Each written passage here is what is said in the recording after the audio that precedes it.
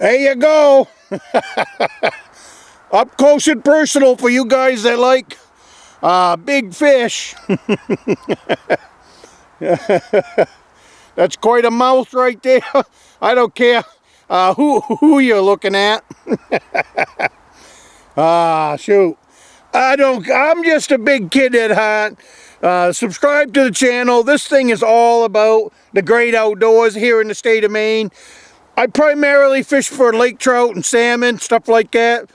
But I'm still a kid at heart, so catching a few of these in the course of a winter sure brings back the love of ice fishing and all of that, and the reason that I am out here doing this so often. So you guys have a great day.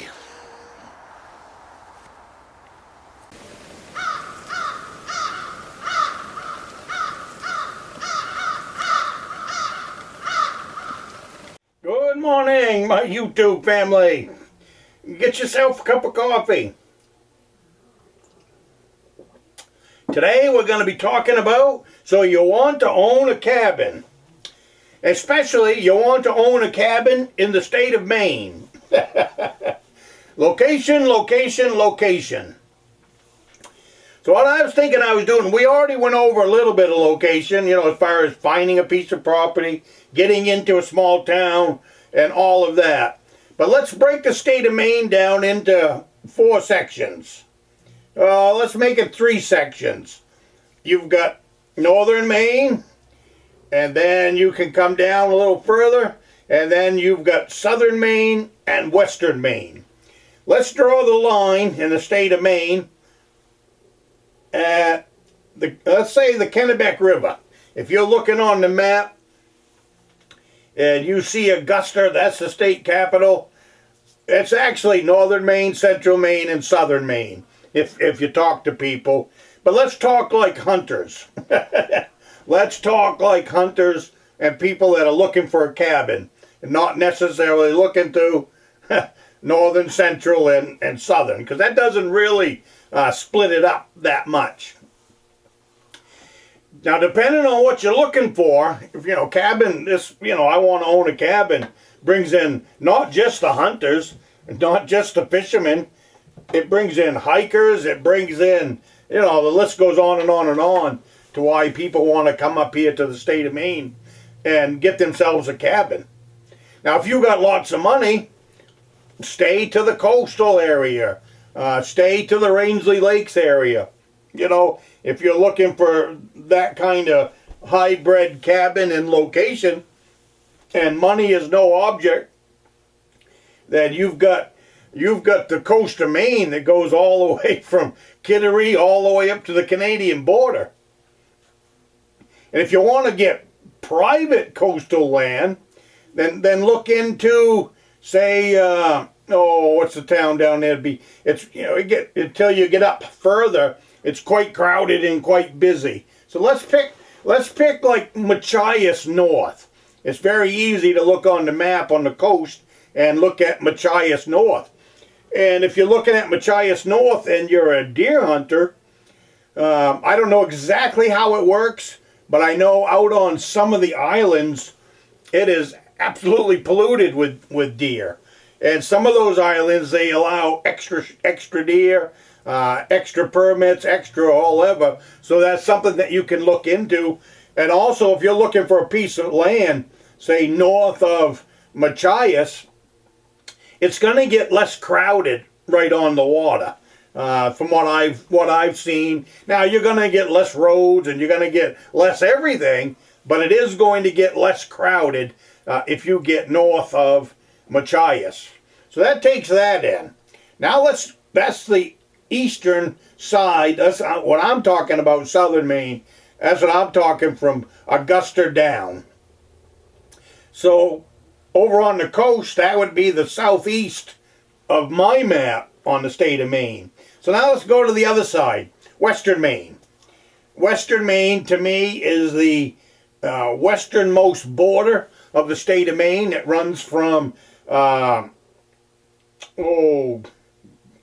Guilford, not Guilford, Cobb and Gore. Cobb and Gore all the way down to the very bottom of the state, as far as I'm concerned, runs that whole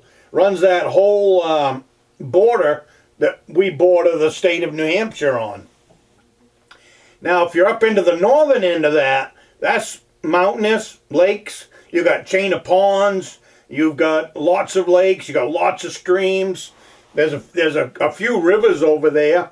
Nothing major. We're not talking. Kennebec River size, but and it's really good rabbit hunting over there.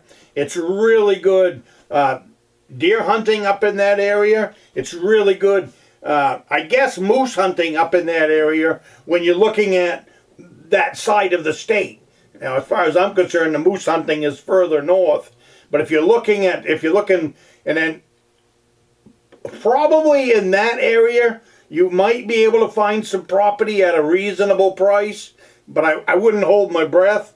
And the closer you get down to Rangeley Lakes area, now your property values are going to start really driving up. And if you're following the roads down, you'll get down to Bethel. You're starting to get into ski country. You're starting to get into a more of a tourist area. If you follow up Route 26 all the way to the Bethel region, you're going to get into the touristy stuff of the state of Maine. And so you're going to get into more pricey property, more pricey cabins. But there are a lot of lakes over there. There are a lot of streams over there. So you know, do your homework, look around. But that kind of gives you that kind of an idea. And then Southern Maine, I don't know that much about Southern Maine other than that's the largest population in the state of Maine. So that takes care of from Augusta down. So now let's go up to Augusta up. The same thing like we were talking in an earlier video. If you go to the eastern side of the state of Maine, and if you go to the smaller villages from Augusta up, you're going to start finding more property that's a little bit more reasonably priced and a little bit easier to maybe strike a deal, strike a bargain. If you're looking for good deer hunting, there's lots of good deer hunting over on Route 6 that takes you out eastern Maine. It starts getting more mountainous. It starts getting, more ridges, more hills. So if you like to hunt the ridges and you like to hunt the hills, you'll find that over on the eastern side, just like you will over on the western side. What we were talking about earlier, Coben Gore area down into the Rangeley Lakes area, you're going to be hunting more ridges. You're going to be hunting more high ground and stuff like that, where you don't have any of that kind of high ground in Northern Maine. Northern Maine is great hunting, lots of fish, lots of birds, lots of moose, quite a few deer, but it's spread out over thousands and thousands and thousands of acres.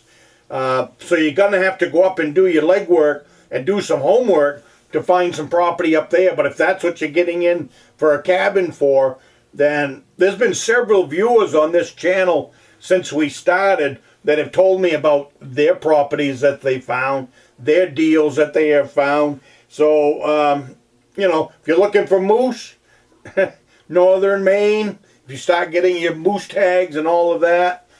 But to me, you only get lucky once in a while on that moose tag. So to me, finding a place that you can fish, finding a place that you can hunt is a whole lot more valuable for hunting for deer and looking for fish than it would be buying a piece of property revolving around the moose hunt. But I wouldn't wait. It's like anything with and this might be a pretty good time coming up. Trump got in. So maybe if the interest rates will drop, this might not be a bad time to look for a piece of property for your cabin and stuff like that. You might find that things will turn around. I heard right now that things are pretty tough as far as selling houses and stuff, but I'm not sure about buying pieces of straight land. Straight, just up straight piece of property. 50 acres, 100 acres or something. And that's the kind of stuff that you can find in some of these back communities, or these smaller towns that are dotted all over the state of Maine, north of Augusta. They're not heavily populated, and there are big chunks of land that can be purchased. But hey, don't post it as soon as you buy it. There's nothing you're posting it for. I see that a lot when people come up and they buy a piece of land, and then the first thing they do is put up a no trespassing sign. There's nothing out there. There's nothing but trees and woods, and hunters, they don't care about your property. They just want to hunt it, or hunt across it, or hunt around it. So don't come up here and post your land. You want to post around your cabin, your driveway, stuff like that. There's nothing wrong with that. But if you come up here and you get yourself 100 acres or 50 acres, what are you posting it for? It's already been hunted for 1,000 years. There's no reason to come up here and post your property. It might be, where you're coming from, that might be a really big deal. But here in the state of Maine, we've always prided ourselves on allowing people to hunt our property and our land. So keep that in mind when you get into these small communities and you purchase 100 acres or you purchase 25 acres or something. Don't piss people off by posting your property, because you're not posting it for anything.